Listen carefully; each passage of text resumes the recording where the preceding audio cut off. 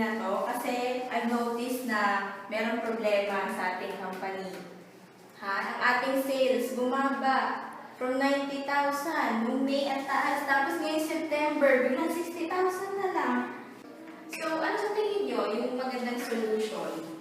Ma'am, Isang tingin ko po, kailangan natin mag-conduct ng training para, yun nga, since they were not competent enough. So, enhance natin yung level of competency nila through training. Yes.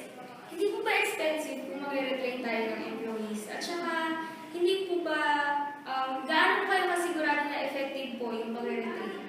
Ma'am, Yes.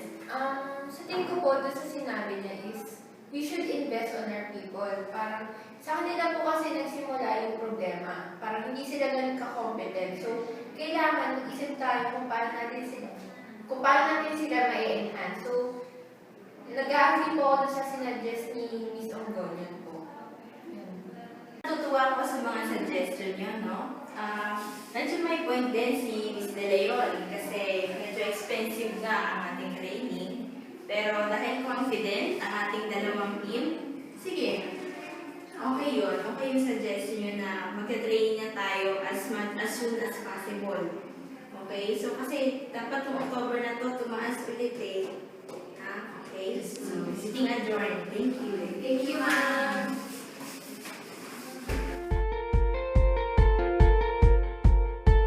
Good morning. So, as we know, we have the lowest sale this past few months, so we have to conduct another training again. So, in this training, we will start again at the basics.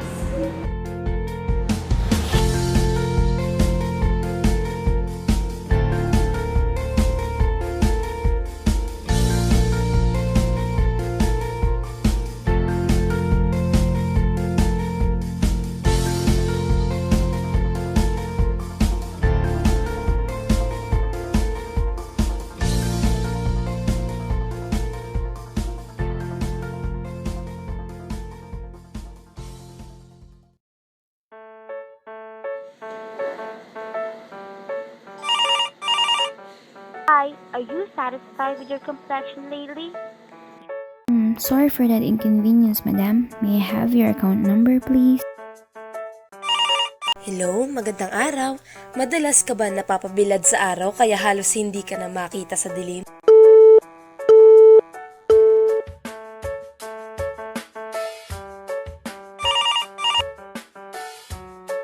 Well, I have the perfect product that has helped a lot of women for more than 5 years. Okay, ma'am. Thank you for calling.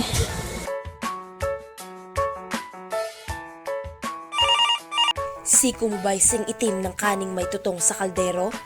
Ikaw ba sing bigat na ng baka na kinikilo sa palengke? Meron kaming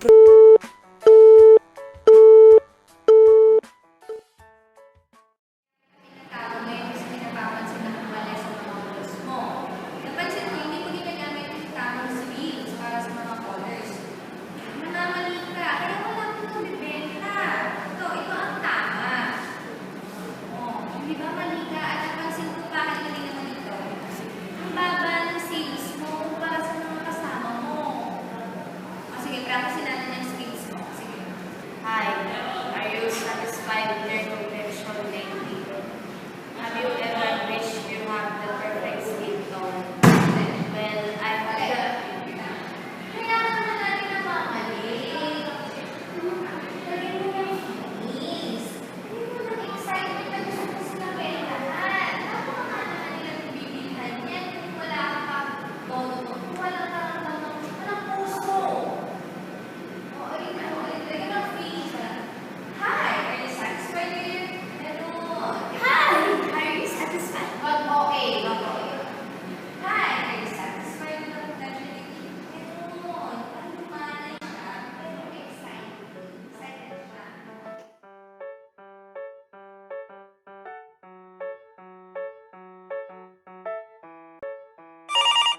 Hi, are you satisfied with your complexion lately? Have you ever wished you have the perfect skin tone? Well, I have the perfect product that has helped a lot of women for more than 5 years. Interested? Just dial 402-110000. Thank you.